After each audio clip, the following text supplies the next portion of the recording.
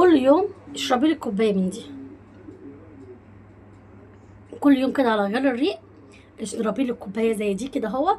هتحسن معاكي صحه العظام، البشره، هتخليكي كده اهوت وشك كده يعني حاجه كده منوره كده اهوت، يعني شمع فله منوره.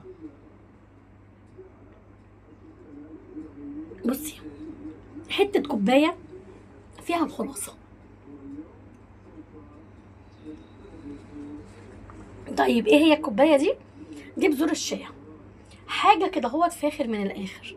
بصي، صحة عظام هتلاقي، نضارة بشرة هتلاقي، هتحسي كده هوت ان انت حاجات كتيرة جدا في بشرتك وصحتك وعظامك اتغيرت. المادة الكولاجينية اللي فيها حلوة جدا.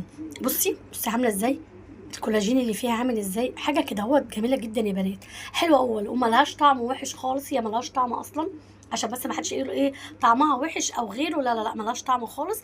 انا بنقعها من بالليل للصبح، بحط كوبايه معلقه بذور شيا على كوبايه ميه سخنه او كوبايه لبن سخن على حسب ما انت حابه تشربيها ازاي، وبتنقعيها من بالليل للصبح يا اما من الصبح لبالليل. حابه تشربي لك كوبايتين، خير وبركه. زودي جمالك وزودي صحه بشرتك وزودي نضاره بشرتك وزودي صحه العظام بتاعتك وزودي كده التحسين كده المزاجي بتاعك.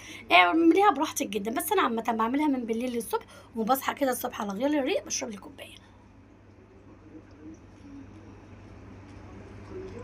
بتقرقش، عامله زي ايه، زي ما يكون كده بتاكلي كبده جملي، والله العظيم يا بنات حاجه كده فاخر من الاخر، حاجه كده جميله جدا.